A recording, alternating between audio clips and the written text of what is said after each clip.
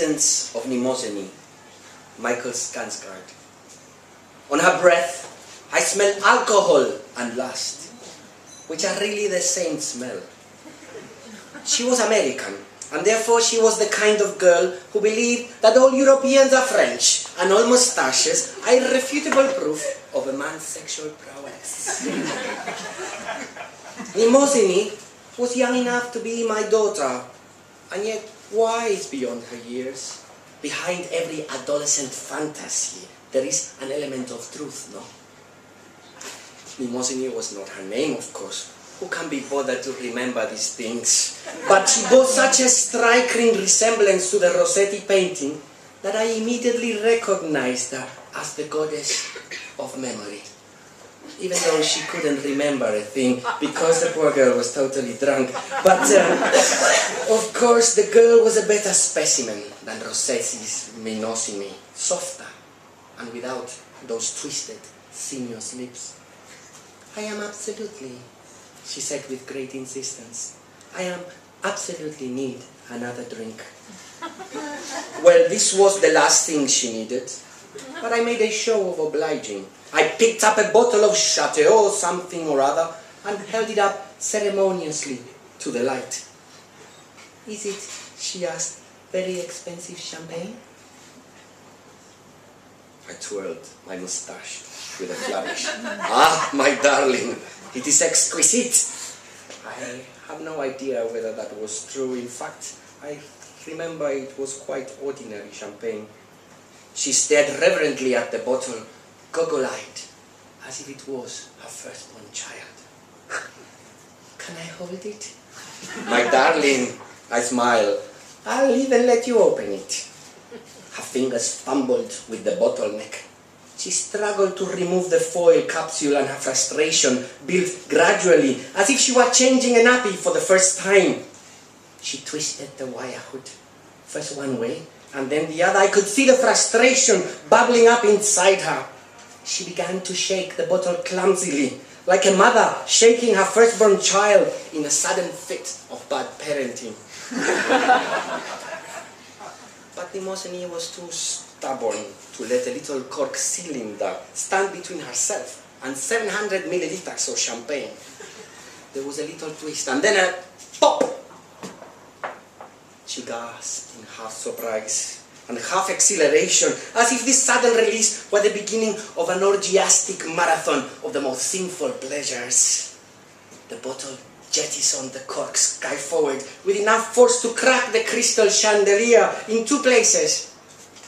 And I must say the appearance of the chandelier was much improved. Allow me, I said. I lifted the bottle from her hands and tilted it forward, pouring liberally, emptying the remaining contents all over her head and her shoulders. A frothing jet of warm liquid pulsed from the bottleneck and soaked her hair. The fabric of her blouse grew saturated with champagne. Her clothes became transparent, and suddenly I could see right through her. Beneath the 19 inches of fabric that circumscribed her waistline, there was hidden 19 years of inadequacy and shame. Champagne welled on the tip of her nose. She opened her mouth and wetted her tongue with the falling droplet. And then, a look of disappointment. I was hoping for a little more than that. My darling, I said, our desires would become tiresome if we went around indulging in them. It is, as the poet says, the banquet of abstemiousness defaces that of wine. Well, she said, slowly unfastening the top button of her blouse, now I am all wet. Indeed, I nodded. Let me assist you. With each hand, I gathered up the material of her blouse and pulled forcefully in opposite directions. The screech of rending fabric filled the room. The buttons flew from their buttonholes and skittered in the various directions, all across the mahogany floorboards. The mirror cracked from side to side, I thought to myself, and in the shattered fragments of her attire, I saw reflected my own brokenness. Instinctively, her hands rose up to hide her nakedness. Instinctively, she lowered them again until they rested on her side. "Goodness," she said, "I hope your wife won't mind." "Of course she will mind! This whole thing will upset her terribly." "I don't blame her," she smiled. "If you were my husband, I'd be jealous of any girl that tried to steal you away." "Oh, no, no." I shook my head. "No, no, no. Gala is not the jealous type. She's, what is the word? Merely cantankerous. Everything upsets this woman." Mnemosyne giggled with the worst of her intentions. Her pursed lips plotted an attack against my lips. Before she could get any nearer, I clasped her shoulders and with my hands flung her violently upon the mattress. A squeal of excitement escaped her lips as she fell upon her back. "You know," she said as our eyes met, "it is my first time." Mnemosyne closed her eyes and opened her legs wide like garden shears. It was obvious she wanted me between them, and my mind flooded with images of castration. I was filled with the terror of a young boy who refuses to jump in the lake for fear of drowning. "Come here," she moaned. "Don't you dare keep me waiting." A thin film of champagne still clung to her skin. It was beautiful. I wanted to immortalize that sticky sweetness. "One moment, my darling," I said, busying myself about the room. "I am almost ready." Mnemosyne's moans of anticipation became moans of impatience. She picked out from beneath her gossamer eyelashes and took off confusion spread across her face. "Are you," she said, "painting me?"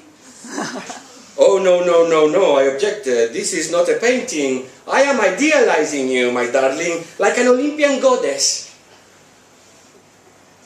Mnemosyne opened those rose blossom lips and said, well, no matter what she said, I must admit I wasn't listening as closely as I could have been. The important thing is that her body stretched before me like a garden whose forbidden fruits were still ripening. Her eyelashes fluttered on the edge of closing, like apple blossoms looking at a perpetual sunset. Her hair, still half drunk with champagne, curled into a tangle of creeping tendrils, liable to burst forth at any moment with a cluster of thick grapes. And anyone could see her nipples were two cherry blossoms trembling in the wind, afraid of losing all their delicate petals before they could bear fruit.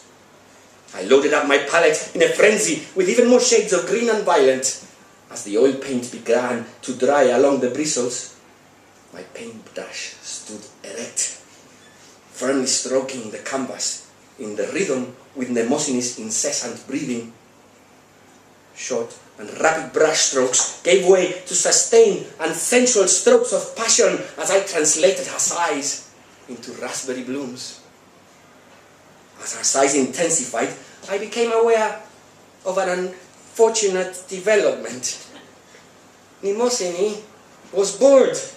Malaise dimmed her eyes with a faint sense of urgency, like a sapling languishing in the shadows, aware that there was sunlight to be had. With her every sigh, her navel rose and fell in rhythm with an imperceptible breeze. Up the belly button went, and down again it came, frustrating my intentions to affix it to a two-dimensional plane. My good friend Pablo would have simply painted it from every angle, and would have thought himself quite clever in doing so.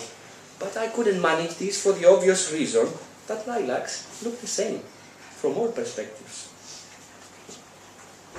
In the sound of Mnemosyne's breathing, I could hear a distant echo from a simpler time. Or perhaps the echo was coming from down the hall. "Salvador!" Gala's voice ran out through the master bedroom. "Why is there a naked girl in my bedroom?"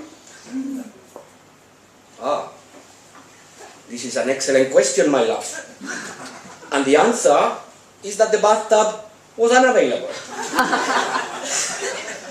Gala must have been satisfied with this response, because she did not press the issue further. She disrobed absent-mindedly and let the bath towel crumple to the floor. Suddenly, I was faced with 2 naked women in my room, which is twice the stress any man should ever have to deal with. "Hello," said Mnemosyne, raising her head from the pillow to address my wife. Her face crinkled into a cellophane awkwardness. "It's a pleasure to meet you." But this was a lie. A terrible lie. It was obvious to everyone, or at least it should have been, that there was no pleasure in this gesture. This was not at all the kind of pleasure that Mnemosyne had wanted. She abandoned her pose and closed her legs, drawing the duvet around her shoulders. And it was there, between her thighs, that I ended my painting with a solitary stalk of sedge, the most tragic of all flowering plants, because it bears no petals. "Salvador," said Gala, "have you seen Jorge?" "Jorge," I parroted, without recognition. "You know," she said, "the handsome gardener." "Ah, yes," I nodded. "He is handsome." "Well," said Gala, looking at our young guest with disapproval, "I suppose I'll have to take Jorge into the upstairs bedroom." These words had the unfortunate effect of sobering up Mnemosyne, faster than the blackest coffee could have. Something fluttered up from deep inside her and thrust itself against the blue panes of her eyes. She watched me, moth-like, from behind those windows. Her spirit rushed to meet me, fleeting for an instant with exhilaration. But it was the exhausted passion of a dying moth, a final gasp of recognition that the wide world stretched before her, and she could never escape herself to become a part of it. Her eyelids closed again, like curtains over 19 years of expectations. Mnemosyne had always known her first time would be painful, but this was not the kind of pain she expected. It was though as she had lost more than she had budgeted for, and gained nothing in return. An evening's worth of court frustration finally released itself in the form of a solitary tear. "What's wrong with you?" she whispered, choking back the impulse to begin sobbing.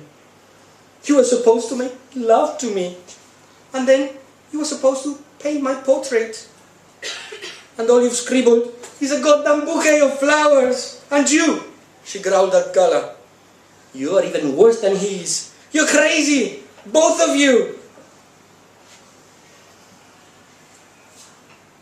As she ranted, a few stray drops of spit escaped from her mouth and dotted the canvas, putting the finishing touches on one of my liveliest paintings. Mnemosyne sulked off to the bathroom. Whether to relieve herself or dry her tears, no one will ever know. "Poor girl," I said, shaking my head with the sincerest sympathy. "If she thinks this is only a bouquet of flowers, I fear she's the one who's crazy."